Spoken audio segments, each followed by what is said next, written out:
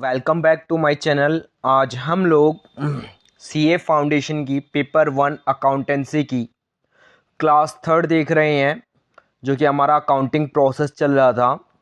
ये accounting process जो है ये चैप्टर 2 है हमारे पेपर 1 का, और हम इसे कंटिन्यू करेंगे जैसा कि हमने लास्ट क्लास में असेट्स, लायबिलिटी और कैपिटल के बारे में डिस्कस किया था। आज हम थोड़ा सा आगे बढ़ेंगे, जो कुछ बेसिक टर्म्स होते हैं अकाउंट के, जिसके बिहाफ पर हम अकाउंटिंग करते हैं, यानी जिससे ये उन्हीं से सारी ट्रांजैक्शन बनती है, और उन्हीं ट्रांजैक्शन को जब हम एक सिस्टमैटिक वे में रिकॉर्ड करते हैं तो वो हमारी क्या कहलाती है, अकाउंटिंग कहलाती है। ठीक है, चलिए अब यहाँ से हम कंटिन्यू करते हैं जहाँ पे हमने लास्ट वीडियो छोड़ा था। और प्लीज़ इस वीडियो को देखने से पहले मेरी लास्ट की 2 वीडियो ज़रूर देखिएगा। इसका लिंक जो है वो मैं आपको इसके डिस्क्रिप्शन बॉक्स में दे दूंगा, वहाँ से आप लोग अच्छे से पढ़ लीजिएगा, अच्छे से वो वीडियो देख लीजिएगा। ये काफ़ी हेल्पफुल है। जो स्टूडेंट्स सीए फाउंडेशन कर रहे हैं उनके लिए टोटली फुल कोर्स जो होगा वो फ्री ऑफ कॉस्ट डाला जा रहा है मेरे चैनल पे, और यहाँ से आप पूरे सीए फाउंडेशन की तैयारी कर सकते हो। स्पेशली अभी अकाउंट्स का डाला गया है, जैसे अकाउंट्स का फिनिश होगा देन उसके बाद हम लोग बिजनेस इकोनॉमी का डालेंगे, और उसके बाद हमारा लॉ चलेगा, क्वांट चलेगा, क्वांट के बाद लॉ आएगा। ठीक है, चलिए अब हम आगे चलते, आगे कंटिन्यू करते हैं जहाँ पे हमने छोड़ा था। कैपिटल तक हमने कर लिया था कंप्लीट। लेट्स स्टार्ट, आगे चलते हैं, ड्राइंग से स्टार्ट करते हैं। ड्राइंग पे क्या होता है, ड्राइंग होती है, क्या क्या नहीं, इसके बारे में जानते हैं। बच्चे देखिए, अगर हम ड्राइंग की बात करें तो ड्राइंग होती क्या है। ड्राइंग, सबसे पहले आप ये समझिए, ओनर के बारे में सभी जानते हैं। बिजनेस का ओनर कौन होता है? जो बिजनेस में पैसे लगा रहा है, इन्वेस्ट कर रहा है, अमाउंट इन्वेस्ट कर रहा है अपने खुद के बिजनेस में, वही ओनर कहलाता है। ठीक है, उसी को प्रोपराइटर भी कहते हैं। ठीक है, तो आगे हम कंटिन्यू करते हैं। Proprietor, owner both are same. ठीक है, तो यहाँ पे प्रोपराइटर वर्ड यूज किया जाए तो समझ लेना ओनर की बात कर रहा है। तो हम बात करेंगे सर ये ड्राइंग का मतलब क्या होता है। ड्राइंग मींस दैट अगर कोई भी, सपोज दैट कोई भी ओनर है, मैं आपके सामने एक एग्जांपल लेता हूं और उसके जरिए समझाता हूं। जैसे कि मान लो ये एक ओनर है आपके सामने दिया हुआ। ठीक है, ये मिस्टर रोहन है, जो एक बिजनेस स्टार्ट कर रहा है, और इसने अपने बिजनेस में एक अच्छा खासा अमाउंट इन्वेस्ट कर रखा है, और इसे ऐसा लगता है ना कि बिजनेस में प्रॉफिट कैलकुलेट करने के लिए जब हम प्रॉफिट कैलकुलेट करते हैं तो प्रॉफिट की कैलकुलेशन जो की जाती है वो ईयर के एंड में की जाती है। प्रॉफिट कैलकुलेट जो करते हैं वो कब करते हैं? ईयर के एंड में, at the end of year, at the end of year, at the end year, यानी ईयर के लास्ट में हम लोग प्रॉफिट निकालेंगे। लेकिन ये भाई साहब कहते हैं, रोहन कहता है कि यार मेरे घर में कुछ खर्चे हो रहे हैं और मेरे जेब में कोई एक पैसा भी नहीं है, क्या करूं यार, सारे पैसे तो मैंने बिजनेस में लगा दिए, मैं अब क्या कर सकता हूं, घर में खर्चे चलाने हैं, बच्चे का बर्थडे है, पैसा नहीं है मेरे पास, क्या करूं? तो बिजनेस ने कहा कोई बात नहीं, आप बिजनेस का पैसा यूज कर लो। तो ये कहता अच्छा बिजनेस का पैसा यूज कर सकता हूं मैं? यस मिस्टर रोहन, आप बिजनेस का पैसा यूज कर सकते हो। मिस्टर रोहन ने क्या किया, फिर मिस्टर रोहन के दिमाग में एक आइडिया आया। उसने क्या किया, बिजनेस से कुछ अमाउंट लेकर अपने घर चला गया और अपने बच्चे के बर्थडे पे लगा दिया। ठीक है, ये कुछ उसने कैश निकाला और कैश निकालकर कैश विड्रॉ किया और अपने बच्चे के बर्थडे पे यूज कर लिया। अब बिजनेस कहेगा भैया बिजनेस तो एक सेपरेट लीगल एंटिटी है। हमने ये पढ़ा है कि बिजनेस, आगे हम पढ़ेंगे कि बिजनेस और उसका owner both are different. Business and his owner, अगर उसका ओनर है तो ये दो अलग अलग आदमी काउंट किए जाएंगे, अलग अलग एंटिटी में काउंट होंगे दोनों के दोनों। मतलब क्या है, बिजनेस और ओनर बोथ आर डिफरेंट, दोनों डिफरेंट है। बिजनेस एक आर्टिफिशियल पर्सन की तरह काउंट किया जाएगा और उसका ओनर एक नेचुरल पर्सन की तरह काउंट किया जाएगा। तो दोनों अलग अलग इंसान हो गए।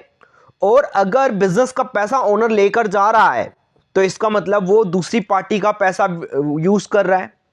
तो ऐसे केस में जो मालिक, सिर्फ ओनर जो होते हैं, वो अपना खुद का पैसा बिजनेस में लगाया हुआ अगर यूज कर लेते हैं तो उसी अमाउंट को हम ड्राइंग कहते हैं।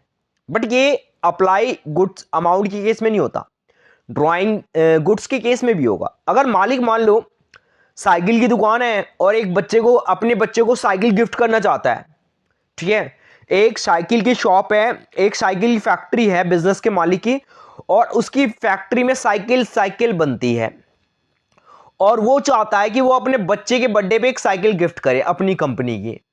चाहता तो बाहर से खरीद सकता था, लेकिन कहा कि जब कंपनी में साइकिल बनी रही है, साइकिल मैन्युफैक्चरिंग का काम है मेरा, तो मैं क्यों ना इस साइकिल को अपने घर से, अपनी फैक्ट्री से लेकर जाऊं और अपने बच्चे को गिफ्ट कर दूं। साइकिल जो है वो गिफ्ट करना चाहता है वो। अब ये गुड्स हो गया। अगर ये बाहर बिकता तो इसकी एक अमाउंट मिलती, लेकिन भाई साहब ने अपने घर पे यूज कर लिया। तो ऐसे तो ये अगर घर पे यूज कर रहा है तो इस तरीके से फिर ये साइकिल, ये गुड्स घर में यूज कर रहा है। देखिए यहां पे लिखा हुआ है goods taken by proprietor personal use, तो ये फिर ड्राइंग मान जाएगी। फिर आते हैं नेक्स्ट आते हैं एक्सपेंस पे। अब बात करते हैं कि सर एक्सपेंस क्या होते हैं। एक्सपेंस और एक्सपेंडिचर में भी डिफरेंस देखेंगे, क्या डिफरेंस होता है। एक्सपेंस ये एक ऐसी अमाउंट होती है जो हम इनकम कमाने के लिए करते हैं, रेवेन्यू जनरेट करने के लिए, पैसा कमाने के लिए अगर हम कहीं पैसा लगा रहे हैं, खर्च कर रहे हैं, तो वो हमारी एक्सपेंस कहलाती है। जैसे मेरे फैक्ट्री में काम कर रहे हैं, वर्कर काम कर रहे हैं, अब मैं वर्करों को सैलरी दे देता हूँ, वर्करों को सैलरी पे कर देता हूँ, ओहो सैलरी पे कर दी, वाओ रेंट पे कर दिया, अच्छा जी वेजेस पे कर दिया, ओहो ये सब खर्चे हैं, इंटरेस्ट पे कर दिया, अलार ये सारे खर्चे पे कर रहा हूँ। अब ये सब किस लिए पे कर रहा हूँ, जब मैं पे करूंगा तो इससे मेरा बिजनेस चलता रहेगा, और बिजनेस चलेगा तो मैं क्या कमाऊंगा, रेवेन्यू कमाऊंगा। तो ये हमारी क्या कहलाती है, एक्सपेंस कहलाती है। आई होप आपको ये एक्सपेंस और ड्राइंग क्लियर हो गया होगा। अब नेक्स्ट वन आते हैं हम लोग। नेक्स्ट हमारा टॉपिक जो है वो है हमारा कि एक्सपेंस को दो पार्ट में डिवाइड किया गया है, दो फॉर्म में डिवाइड किया गया है। ये दो फॉर्म कौन कौन सी होती है। अगर मैं बात करूं एक्सपेंस की, ध्यान दीजिएगा, अगर मैं बात करूं एक्सपेंस की, तो एक्सपेंस जो होता है वो हमारा दो कैटेगरी में डिवाइड किया गया है। एक्सपेंस को डिवाइड किया गया है दो पार्ट में। वो दो पार्ट कौन कौन से होते हैं देखिए जरा। अगर मैं एक्सपेंस की बात करूं तो एक्सपेंस एक होता है ऐसा एक्सपेंस, प्रीपेड एक्सपेंस कहलाता है, प्रीपेड एक्सपेंस, ठीक है। और एक जो होता है वो होता है आपका आउटस्टैंडिंग एक्सपेंस, इसको ऐसे भी लिख सकते हैं, आउटस्टैंडिंग एक्सपेंस। डिटेल में जाते हैं सर प्रीपेड एक्सपेंस है क्या, एक एग्जांपल समझते हैं और उस एग्जांपल के जरिए हम इसे समझेंगे बहुत अच्छे से प्रीपेड एक्सपेंस होता क्या है। ध्यान से देखिएगा। तो पहले हम सबसे पहले लेंगे प्रीपेड एक्सपेंस। प्रीपेड एक्सपेंस होता क्या है, तो इसके बारे में जानना बहुत जरूरी है।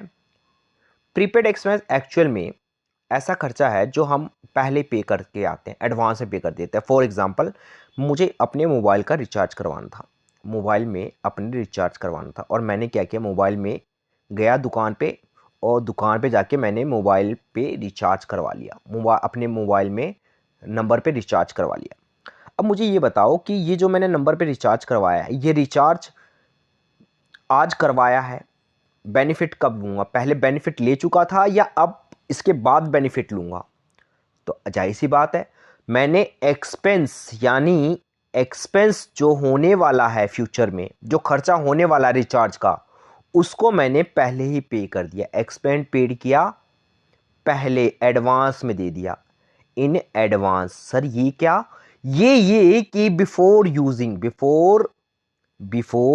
यूजिंग आपने अभी उसका बेनिफिट नहीं लिया, आपने जो पैसा खर्च किया है, पे किया, उसका भी बेनिफिट नहीं लिया है, बेनिफिट लेना बाकी है, बट आपने पे पहले कर दिया। तो जब आप बेनिफिट लेने से पहले कोई अमाउंट पे कराते हो और बेनिफिट बाद में लेते हो, उसी को हम लोग क्या कहते हैं, प्रीपेड एक्सपेंस कहते हैं। देखिए यहां पे क्या लिखा है, it is an expense that has been paid in advance and the benefit of which will be available in the following year. Following year का मतलब आने वाले टाइम में इसका बेनिफिट मिलेगा हमें, ठीक है। तो ये हमारा क्या कहलाता है, प्रीपेड एक्सपेंस कहलाता है, ठीक है। अब हम आगे चलेंगे, आगे कंटिन्यू करेंगे कि सर प्रीपेड एक्सपेंस के बाद सेकंड जो आता है वो आता है आपका आउटस्टैंडिंग एक्सपेंस। क्या होता है आउटस्टैंडिंग एक्सपेंस, अब इसका अपोजिट ले लो। अब अपोजिट कुछ इस तरीके से ले लो भैया, ऐसा है कि मेरी फैक्ट्री के अंदर बहुत से लोग काम कर रहे थे, वर्कर्स थे, काम कर रहे थे। और इन वर्कर से मैंने कहा, वो भाई ऐसा आज काम बहुत करना तुम लोगों को, और कैसे भी करके 100 यूनिट बनानी है, 100 यूनिट प्रोड्यूस करो, 100 यूनिट बना के तैयार करो। ये लोग कहते हैं ठीक है 100 यूनिट्स बना देंगे। ठीक है, पेमेंट कौन देगा? कहते हैं पेमेंट दे दूंगा भाई, तुम्हें 100 यूनिट के बदले में क्या चाहिए? ये कहते हैं हमें चाहिए सैलरी। हमने कहा ठीक है, सैलरी मतलब वेजेस, सॉरी, क्योंकि वर्कर्स होते हैं वो वेजेस मांगते हैं, मजदूरी मांगते हैं, मजदूरी जिसे कहते हैं हम लोग, मजदूरी। तो भैया ये कह रहे हैं कि हमको इसके बदले में चाहिए वेजेस, क्या आप वेजेस पे करोगे? ओनर कहता है ऑब्वियस सी बात है मैं पे करूंगा। अब इन वर्करों ने काम कर लिया, काम करने के बाद इन्होंने जब अपना वेजेस डिमांड की तो ओनर ने कहा कि अरे रुको यार, अभी पेमेंट आएगी ना, चीज़ें जाएगी तब पेमेंट आएगी, तो उसके बाद एक महीने बाद पेमेंट आएगी, तब मैं आपको पेमेंट कर दूंगा। अब मैंने क्या किया, इनसे काम जो है, वर्क जो है, इनसे काम जो किया, वर्क क्या किया, इनसे पहले करवा लिया, वर्क डन बिफोर पेइंग, पैसा देने से पहले काम करवा लिया, और पैसे अभी तक दिए नहीं है, बिफोर पेइंग एंड, और अभी तक अमाउंट क्या है, पेंडिंग, अमाउंट क्या है, पेंडिंग पड़ी हुई है सर, अभी तक अमाउंट क्या है, pending, pending wages, pending wages, मजदूरी अभी तक मैंने नहीं दी, मजदूरी कहते हैं वेजेस को। अभी तक मैंने उन वर्करों की मजदूरी नहीं दी, वेजेस पे नहीं किया, तो जाहिर सी बात, अभी तक पे नहीं किया वेजेस, तो यानी ये वेजेस क्या रह गया, आउटस्टैंडिंग रह गया। ये क्या रह गया, आउटस्टैंडिंग, इसी पेंडिंग रह गया, पेंडिंग, ड्यू, ये सब वर्ड जो होते हैं यही हमारे क्या कहलाता है, आउटस्टैंडिंग एक्सपेंस कहलाते हैं। तो ये एक्सपेंस हमारे आउटस्टैंडिंग रह गए। तो जाहिर सी बात है, ऑब्वियस है, आपको ये, आई होप आपको ये क्लियर हो गया होगा कि आउटस्टैंडिंग एक्सपेंस क्या होता है। ठीक है, तो आउटस्टैंडिंग एक्सपेंस के कुछ एग्जांपल दिए गए हैं। ठीक है, यहाँ पे देख लीजिएगा, ये आउटस्टैंडिंग रेंट, आउटस्टैंडिंग सैलरी, ये सारे तो एक्सपेंस ही होते हैं, इनका नाम ही होता है, रेंट, सैलरी, वेजेस, ये सब हमारे एक्सपेंस होते हैं। ठीक है, खर्चे होते हैं, एक्सपेंस का मतलब खर्चा होता है। अब इसके बाद हम लोग आते हैं, नेक्स्ट वन जो आते हैं वो आते हैं हम लोग इनकम पे। इनकम क्या होती है, चलिए जानते हैं इनकम के बारे में। ठीक है, इनकम की बात की जाए बच्चे, तो इनकम जो होती है हमारी, वो जो हम प्रॉफिट कमा रहे हैं, क्या कमा रहे हैं, प्रॉफिट कमा रहे हैं। Income is the profit earn during an accounting period. जो एक बिजनेसमैन होता है, बिजनेसमैन की इनकम की बात कर रहे हैं बेटा, यहाँ पे हम इनकम उसकी नहीं काउंट करते, क्योंकि हम अकाउंट्स किसका बनाते हैं, बिजनेस का बनाते हैं। यहाँ पे जो अकाउंट बनाया जाता है, अकाउंट जो हम बना के तैयार करते हैं, अकाउंट प्रिपेयर करते हैं, वो अकाउंट प्रिपेयर करते हैं किसका, बिजनेस का, किसका, बिजनेस का। तो हम बिजनेस का अकाउंट बना रहे हैं, तो ये बिजनेस क्या कहता है, बिजनेस कहता है मेरा अकाउंट बनाओगे तो ईयर के एंड में मुझे क्या मिलेगा, क्या इस अकाउंट को बनाने से क्या फायदा होगा। कहते हैं इस अकाउंट को तैयार करने से ईयर के एंड में हम आपको बता पाएंगे कि इस बिजनेस को कितना प्रॉफिट हुआ है। अच्छा जी, इससे क्या होगा, ये सर यही प्रॉफिट तो आपकी क्या कहलाएगी, इनकम कहलाएगी। यही प्रॉफिट आपकी इनकम कमाए कहलाएगी। इसी से आप आगे बिजनेस में पैसा लगाओगे या अपना घर चलाओगे या कुछ भी करोगे फॉर एग्जाम्पल, तो ये आपकी इनकम आती है। अब इनकम होने के बाद अगर आपसे ये कहा जाए कि सर ये बताओ इनकम निकालते कैसे, अगर क्वेश्चन में ये कह दिया जाए कि इनकम निकाला कैसे जाता है, तो हम कैसे करेंगे। सर इनकम निकाला ऐसे जाता है कि मान लो कि आपके पास एक एग्जांपल लेते हैं। ठीक है, वैसे तो इनकम निकालने का डायरेक्ट फॉर्मूला मैं बता सकता हूं, बट मैं आपको एक एग्जांपल देता हूं, एग्जांपल के जैसे समझाता हूं। जैसे कि मान लो मैंने 100 यूनिट्स बनाई। ठीक है, 100 यूनिट्स बना के तैयार कर दी। ये 100 यूनिट्स जब बना रहा था, तो इस 100 यूनिट्स को बनाने पे मेरी जो कॉस्ट आ रही है वो देखिए, 100 यूनिट्स प्रोड्यूस किए मैंने। ठीक है, प्रोड्यूस किए तो क्या हुआ, इस 100 यूनिट को बनाने की कॉस्ट जो आई थी वो मेरी कितनी आई थी, वो आई थी, कॉस्ट आई थी मेरी, वो आई थी, मान लो 100 यूनिट को बनाएंगे 1000 रुपये की कॉस्ट आई है। ठीक है, ये मुझे इतना खर्चा आया है। अब मैं कहता हूं कि मान लो कॉस्ट 1000 की आई है, लेकिन मैंने इसको उठाकर जब बेचने गया मार्केट में, तो मैंने सेल इसको कर दिया 1500 में। ओहो 1500 में बेचा, ठीक है सर। 1500 में बेचा तो खर्चा मतलब खर्चे कॉस्ट की बात करें तो कॉस्ट क्या होता है? कॉस्ट सर रॉ मटेरियल लगाया गया होगा, रॉ मटेरियल लगा होगा। रॉ मटेरियल के साथ क्या लगा होगा? रॉ मटेरियल के साथ हमारा लगा होगा कुछ खर्चे हुए होंगे एक्स्ट्रा अलग से इस रॉ मटेरियल को बनाने के, तो ये सब कॉस्ट बन जाती है। अब इस बीच हमें कितने का फ़ायदा हुआ है? 500 का। कितने का फ़ायदा हुआ? 500 का। तो ये हमारा जो 500 का जो फ़ायदा हुआ यही हमारी क्या कहलाती है? ये जो प्रॉफिट हुआ कितने का? 500 का। यही हमारी क्या कहलाएगी? एक बिज़नेस की क्या कहलाएगी? इनकम कहलाएगी। और इनकम की एक पहचान होती है, जो प्रॉफिट की भी पहचान होती है। प्रॉफिट वो होती है जो हर साल होती रहेगी, हर साल होगी और ये रेगुलर बेसिस पे होगी, ठीक है। तो ये हमारी क्या कहलाएगी? प्रॉफिट कहलाएगी। आगे हम पढ़ेंगे गेन के बारे में। प्रॉफिट और गेन दोनों एक जैसे ही होते हैं। देखा जाए प्रॉफिट और गेन दोनों एक जैसे, नाम से क्लियर हो जाता है, दोनों का मतलब ही लाभ होता है, बट थोड़ा सा फ़र्क होता है। प्रॉफिट वो है जो बिज़नेस के अंदर रेगुलर होनी है, जो रेगुलर सेल होगी, रेगुलर कॉस्ट आएगी, तो उसका डिफरेंस जो होगा वो हमारा प्रॉफिट कहलाएगा, ठीक है। लेकिन गेन वो है जो हमें रेगुलर नहीं होता है, ठीक है, कभी कभार होता है। चलिए जानते हैं प्रॉफिट निकालने का फॉर्मूला क्या होता है। प्रॉफिट या इनकम कह दो, इनकम कह लो या प्रॉफिट कह लो, ठीक है। अगर हम इनकम निकालना चाहते हैं बच्चे, तो इसके लिए आप क्या करोगे? जो आपने सेल किया है, सेल का मतलब क्या होता है? सेल में से आप कॉस्ट को माइनस करोगे। तो सेल को हम बोलते हैं, सेल से जो पैसा आता है उसे बोलते हैं रेवेन्यू। उसे क्या बोलते हैं? रेवेन्यू। तो सेल से जो पैसा आएगा उसे कहेंगे हम लोग रेवेन्यू। और रेवेन्यू में से हम लोग क्या कर रहे हैं बच्चे? यहाँ पे हम रेवेन्यू में से क्या कर रहे हैं? रेवेन्यू में से माइनस कर रहे हैं कॉस्ट। क्या माइनस कर रहे हैं? कॉस्ट। कॉस्ट एक तरह से क्या है? चीज़ों को बनाने की लागत है, और इसे हम एक्सपेंस भी कह सकते हैं, ठीक है।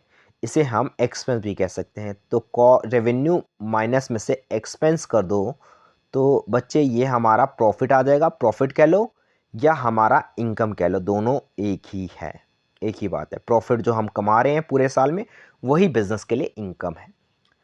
अब इनकम भी बच्चे दो तरह की होती है। इनकम भी आपके सामने दो तरह की हो जाती है, ठीक है। इनकम आपके सामने कितनी की तरह की होती है? दो तरह की इनकम हो जाती है, ठीक है। तो हम लोग इनकम की बात करेंगे, ध्यान दीजिएगा। इनकम यहाँ पे दो तरह की कैसे होती है, चलिए जानते हैं। इनकम यहाँ पे दो तरह की ऐसे होती है। एक इनकम होती है जो आपने एडवांस में रिसीव की, जैसे कि मान लो कि ये मिस्टर ए है जो मेरे पास काम कर रहा है, मेरी फैक्ट्री में काम करता है, और ये कहता है कि भैया मेरे घर में शादी है, मुझे कुछ पैसे चाहिए। मैंने कहा एडवांस चाहिए? कह रहा हाँ एडवांस दे दो। मैंने कहा ठीक है एडवांस ले जा, लेकिन आने वाले टाइम में जब तेरी सैलरी आएगी तो मैं इतने पैसे काट लूँगा, इतने पैसे नहीं दूंगा। इसने कहा कोई बात नहीं। ऐसे बिजनेस है। बिजनेस कौन सा? बिजनेस किसका है? मिस्टर रोहन का बिजनेस था ये। हमने रोहन से एग्जाम्पल लिया था, रोहन का ये बिजनेस है। रोहन भी क्या कर रहा है, ध्यान से देखिएगा। रोहन यहाँ पे क्या करता है, ध्यान से सुनिएगा। रोहन कुछ काम ऐसा कर रहा है कि रोहन कहता है कि भैया ऐसा है, एक पार्टी से कहता है कि भैया ऐसा है, मैं आपको सामान दूंगा, ठीक है, बट मुझे कुछ पैसा चाहिए एडवांस में। क्या आप मुझे पैसा एडवांस में दे सकते हो? तो पार्टी ने कहा ठीक है एडवांस में हम तुझे पेमेंट दे देते हैं, लेकिन उसके बदले में तू क्या करेगा? कहता है कि ठीक है एडवांस पेमेंट मुझे दे दो, मैं आपको जिस दिन ये सामान देने आऊँगा उस दिन ये पैसा काट लूँगा। तो ये मिस्टर रोहन यानी बिजनेस से लिया, बिजनेस के लिए कैसी इनकम है? एडवांस में हो गई है। तो इनकम रिसीव्ड इन एडवांस ये हमारा क्या कहलाता है? It is an income that has been received in advance and the benefit of which will be provided in the following year और ईयर। पैसा आप अभी ले लेते हो लेकिन उसको बेनिफिट आप फ्यूचर में दोगे, that is income received in advance. अब नेक्स्ट वन जो हम बात करेंगे, ध्यान दीजिएगा, नेक्स्ट वन जो हमारी बात होगी वो होगी हमारी एक्रूड इनकम पे। एक्रूड इनकम क्या होती है, चलिए जानते हैं एक्रूड इनकम के बारे में, ठीक है। एक्रूड इनकम जो होती है वो हमारी इनकम होती है, ऐसी इनकम जो बिजनेस ने कमा तो लिया। जैसे एक पार्टी को क्या किया, बिजनेस ने सामान बेच दिया, ठीक है। हमारा बिजनेस जो है वो बिजनेस के मालिक ने मान लो एक सामान बेचा है, हम किसी पार्टी को सामान डिलीवर करके आ गए और उस पार्टी से कहा पेमेंट दे दो सर, आपका ये सामान आ चुका है और आपको इतनी पेमेंट देनी है। उस पार्टी ने कहा कि भैया ऐसा है ये पेमेंट आप बाद में ले लेना। हमने कहा सर बाद में मतलब? कह रहा कुछ दिन बाद आना, कुछ दिन बाद आके पैसे ले जाना। यानी हमने पैसा तो कमा लिया, हमने चीज़ें बेची तो पैसा कमा लिया, बट वो पैसा अभी तक रिसीव नहीं हुआ, वो अमाउंट अभी तक रिसीव नहीं हुई है। तो वो अमाउंट हम फ्यूचर में रिसीव कर लेंगे, कोई दिक्कत नहीं है। तो वैसे इनकम क्या कहलाती है? आपकी एक्रूड इनकम। फॉर एग्जाम्पल, कहीं पे आप पैसा बैंक में जमा कराते हो, बैंक वाला आपको देता नहीं है, आपके अकाउंट में जमा कर देता है, ठीक है, आपको देता नहीं है, कहता है बाद में दे दूंगा, कोई बात नहीं, बाद में एक्रूड इंटरेस्ट कमाया लेकिन अभी तक बैंक मिला नहीं है आपको, ठीक है, तो वो आपका एक्रूड इंटरेस्ट कहलाएगा। एक्रूड कमीशन कमाया लेकिन अभी तक मिला नहीं, ठीक है। चलिए नेक्स्ट वन आते हैं हम लोग। नेक्स्ट टॉपिक जो हमारा है वो आता है रिसिप्ट पे। रिसिप्ट क्या होती है चलिए जानते हैं रिसिप्ट के बारे में, ठीक है। तो रिसिप्ट के बारे में हम लोग जानेंगे, रिसिप्ट होती क्या है इसके बारे में पूरा अच्छे से, इसके बारे में थोड़ा सा डिटेल में जाएंगे। रिसिप्ट सीधी सी बात है, आप कोई भी सामान बेच रहे हो, कोई भी सामान बेचते हो या कुछ भी करते हो, आपको पैसा मिलता है, हाथ में आपके पैसा आ जाता है, ठीक है। आपके हाथ में अगर पैसा आ रहा है, बिजनेस के हाथ में पैसा आ रहा है, तो वो सारी रिसिप्ट कहलाती है। अब रिसिप्ट कई तरीके से आ सकती है, या तो बिजनेस क्या करता है, बिजनेस गुड्स को बेचेगा तो पैसा आएगा, ठीक है, असेट्स को बेचेगा तो पैसा आएगा, गुड्स और सर्विस बेचेगा तो भी पैसा आएगा। तो इसे कहा गया, दो पार्ट में बांटा गया है, इसे दो फॉर्म में डिवाइड किया गया है, टू फॉर्म में डिवाइड किया गया है। टू फॉर्म होती है इसकी, और ये टू फॉर्म कौन कौन से होते हैं चलिए जानते हैं इसके बारे में। दो पार्ट में डिवाइड किया गया है टू फॉर्म में, और ये टू फॉर्म जो है वो है आपकी, पहली फॉर्म जो कहलाती है वो कहलाती है आपकी रेवेन्यू रिसिप्ट्स, और दूसरी कहलाती है आपकी कैपिटल रिसिप्ट्स। रेवेन्यू और कैपिटल में क्या फ़र्क होता है ये हम डिटेल में थोड़ा पढ़ते हैं। देखो, एक बिजनेस है जो डेली डेली पैसा रिसीव कर रहा है, या हर महीने महीने पैसा रिसीव कर रहा है, अमाउंट रिसीव कर रहा है, यानी अगर डेली बेसिस पे, रेगुलर बेसिस पे, डेली रेगुलर बेसिस पे, कई बार होता है मंथली मंथली आते हैं, रेगुलर बेसिस पे कोई अमाउंट रिसीव कर रहे हो, रेगुलर बेसिस पे अगर आप कोई अमाउंट रिसीव कर रहे हो, तो वो अमाउंट आपकी फिर क्या कहलाती है? रेवेन्यू रिसिप्ट कहलाती है। अब ये सब तो नॉर्मल कोर्स ऑफ बिजनेस में होता है, नॉर्मल कोर्स ऑफ बिजनेस में, यानी नॉर्मली ये बिजनेस में होता रहता है। तो नॉर्मली बिजनेस में जो होता रहता है उसे नॉर्मल कोर्स ऑफ बिजनेस कहते हैं। नॉर्मल कोर्स ऑफ बिजनेस जो बिजनेस में नॉर्मली मिलता रहेगा, तो ऐसी रिसिप्ट को हम लोग रेवेन्यू रिसिप्ट कहते हैं। इसके अंदर आता है sales of goods of service, interest और dividend on investment. Sale of goods and service का मतलब है हम गुड्स को जब बेचते हैं तो, और सर्विस बेचते हैं तो हमें डेली डेली पैसा रिसीव होगा, ठीक है। तो ये हमारी क्या कहलाएगी? रेवेन्यू रिसिप्ट्स कहलाएगी, ठीक है। गुड्स को बेचेंगे, सर्विस को बेच देंगे, ठीक है, तो ये हमारी रेवेन्यू रिसिप्ट्स कहलाती है, ठीक है। इंटरेस्ट, कहीं पैसा लगा रखा, हर महीने इंटरेस्ट आ रहा है, डिविडेंड आ रहा है इन्वेस्टमेंट पे। अब नेक्स्ट वन जो आता है वो आता है कैपिटल रिसिप्ट्स। का क्या होता है कैपिटल रिसिप्ट्स, इसके बारे में जानते हैं। सर, इर्रेगुलर बेसिस पे। इर्रेगुलर का मतलब क्या है? रेगुलर नहीं है जी। कभी कभार हमने पैसा मिल गया, अरे यार कभी कभार पैसा कब मिलता है? एक बिल्डिंग थी उसको उठा के मैंने आज बेच दी, क्या मैं डेली बेचूंगा? नहीं। क्या मैं हर महीने बेचूंगा? नहीं। हर साल बेचूंगा? नहीं। सर, कभी कभार हो गया, इर्रेगुलर मीन्स नेचर का हो गया। तो ऐसी इनकम, ऐसी जो आपकी रेवेन्यू नहीं है वो सारी कैपिटल कहलाती है। अगर सिंपल लैंग्वेज में कहो, नॉट रेवेन्यू, नॉट रेवेन्यू जो रेवेन्यू नहीं है या रेगुलर नहीं है, नॉट रेवेन्यू जो रेगुलर नहीं है या जो रेवेन्यू नहीं है, इसी को हम क्या कहते हैं? कैपिटल रिसिप्ट्स कहलाते हैं। जैसे कि आप ओनर की क्या कर रहे हो, ओनर ने पैसा लगाया बिजनेस में, बार बार थोड़ी नहीं लगाएगा, कभी कभार लगाएगा, तो ये हमारे owner capital contribution by owner, खुद का पैसा लगाया उसने बिजनेस में, तो ये कैपिटल रिसिप्ट्स है। सेल की फिक्स एसेट्स को बेचकर उससे पैसा रिसीव किया, ये आपकी कैपिटल रिसिप्ट्स है। मशीन बेचा, बिल्डिंग बेची, फर्नीचर बेचा, इन्वेस्टमेंट बेचा, लोन लिया, तो ये सब प्रोसेस जो होते हैं, ये सब तरीके जो होते हैं, ये आपके क्या कहलाते हैं? आपकी कैपिटल रिसिप्ट्स कहलाते हैं। अब इसके बाद हम लोग प्रॉफिट की बात करते हैं। प्रॉफिट हम पढ़ ही चुके थे कि इनकम जो होती है वही प्रॉफिट होती है, बट प्रॉफिट को डिटेल में पढ़ेंगे कितने तरह के प्रॉफिट होते हैं। देखिए, प्रॉफिट जो होता है वो हमारा, जो हम बिजनेस को ऑपरेट करते समय, जब हम बिजनेस को ऑपरेट कर रहे होते हैं तो उससे हम जो पैसा कमाते हैं वो सारी प्रॉफिट कहलाते हैं। इनकम प्रॉफिट है, इनकम, सारे प्रॉफिट इनकम कहलाते हैं बिजनेस के लिए। बिजनेस के लिए जो भी प्रॉफिट होगा वो सारी इनकम कहलाएगी बिजनेस की। लेकिन प्रॉफिट क्या होता है, हमें ये जानना जरूरी है ना कि सर ये प्रॉफिट हो रहा क्या है, ये प्रॉफिट होता क्या है, क्या मांझ रहा है जी, प्रॉफिट होता क्या है, इसके बारे में डिटेल में बताओ।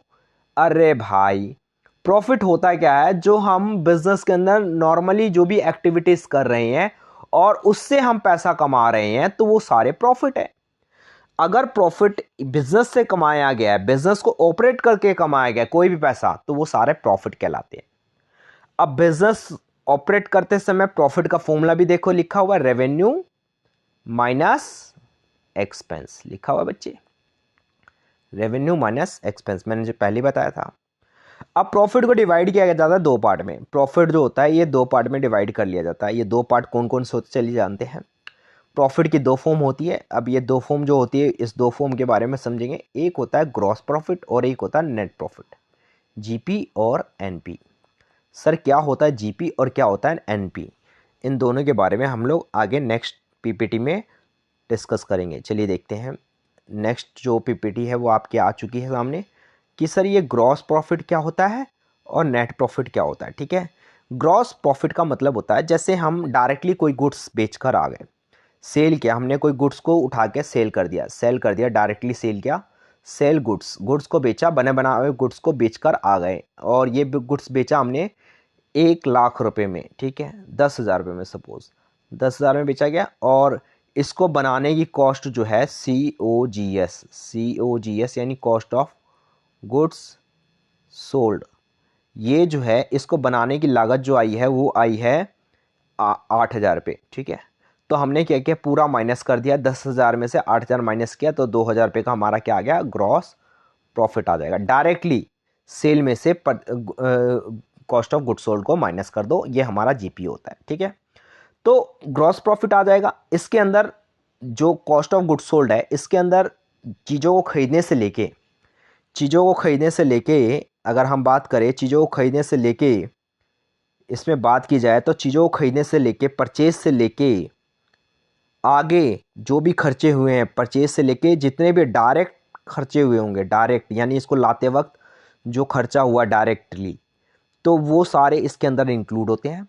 उन सब को जब जोड़ दिया जाता है तो हमारी COGS बन के तैयार होती है, cost of good sold.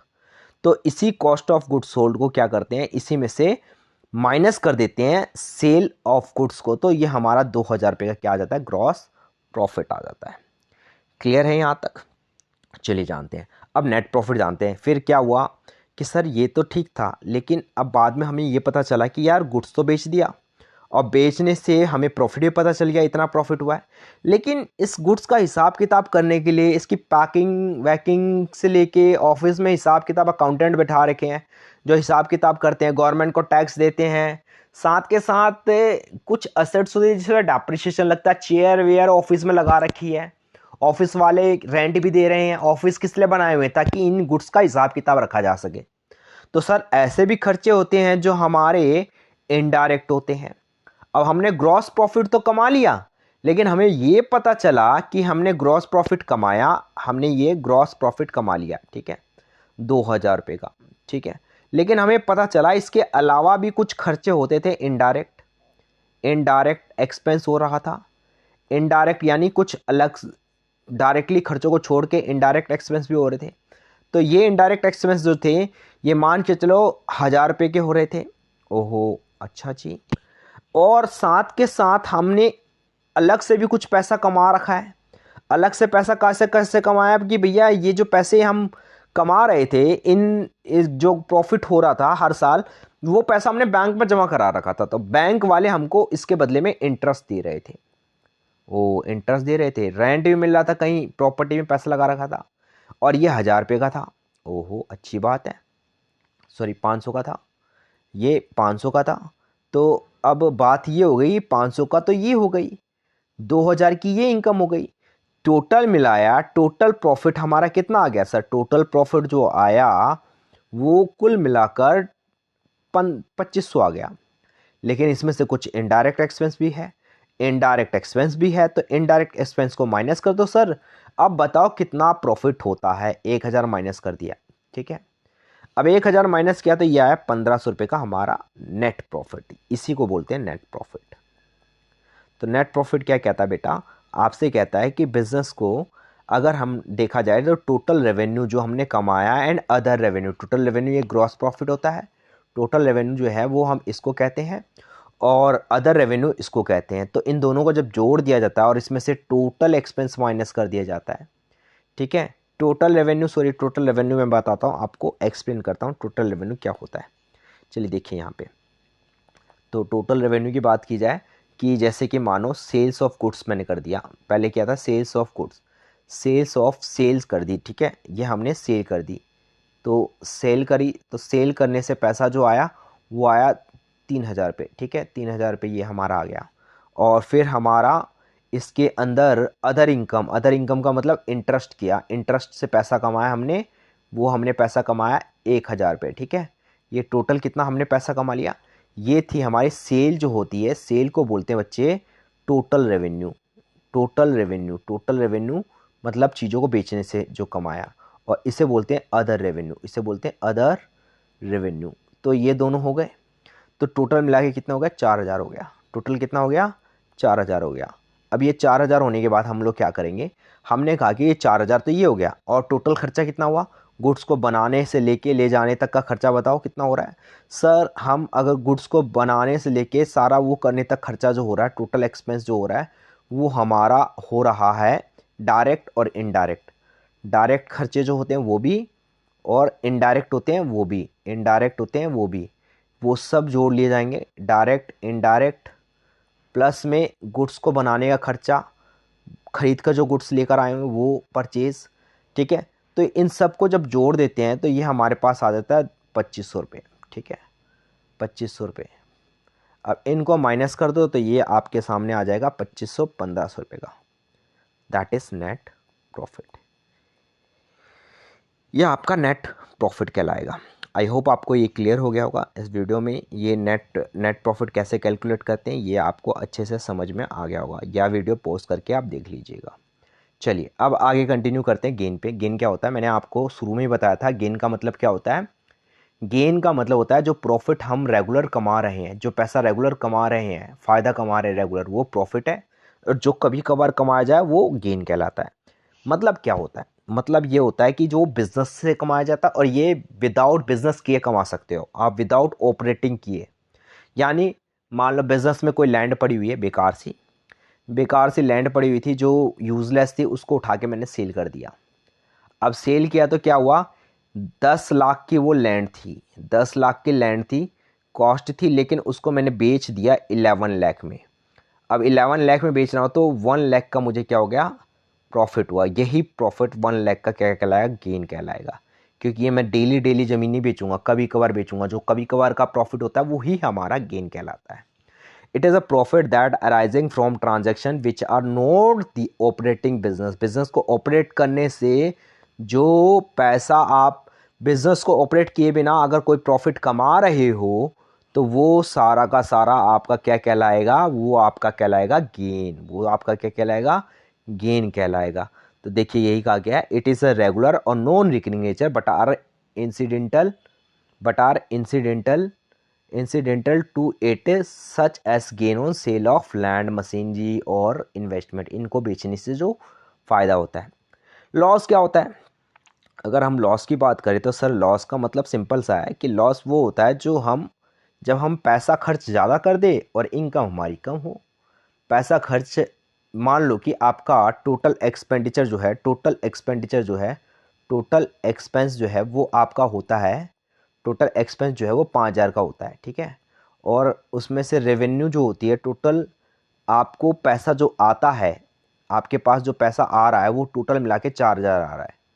Wow, 4,000 मिले और खर्चा 5,000 हो गया, तो 1,000 का आपको क्या हो गया, लॉस हो गया। क्योंकि 5,000 की अगर चीज़ बनाई है कोई, तो उसको 6,000 में बेचो ना, उससे ज़्यादा में बेचो। अगर आप कम में बेच रहे हो तो यही आपका क्या कहलाता है, लॉस कहलाता है। Excess of total expense over total revenue से ज़्यादा हो जाना खर्चा, तो यही हमारा क्या कहलाता है, या टोटल रेवेन्यू में अदर इनकम को जोड़ दिया जाए, ठीक है, तो वो हमारी लॉसेस कहलाते हैं। चलिए अब नेक्स्ट आगे कंटिन्यू करते हैं। अब इसी के साथ ही हमारा लेक्चर यहाँ पे ख़त्म होता है, और आप सभी के से रिक्वेस्ट है, प्लीज़ मेरे लेक्चर को जो भी बच्चे सीए कर रहे हैं उन सभी को शेयर करो। और मैं जल्द ही इसके अंदर सीएस का भी सिलेबस लेकर आने वाला हूँ। सीएस फाउंडेशन की तैयारी के लिए भी अकाउंटिंग सब्जेक्ट को लेकर आऊँगा, ठीक है। तो वहाँ पे भी बच्चों की काफ़ी हेल्प होगी। और इंटरमीडिएट का भी लेकर आऊँगा धीरे धीरे। प्लीज़ आप लोग मेरे चैनल को थोड़ा सपोर्ट कीजिए, ताकि ज़्यादा से ज़्यादा जब सब्सक्राइब करोगे तो ही मैं आगे और काम कर पाऊँगा। ठीक है, thank you so much for watching my video.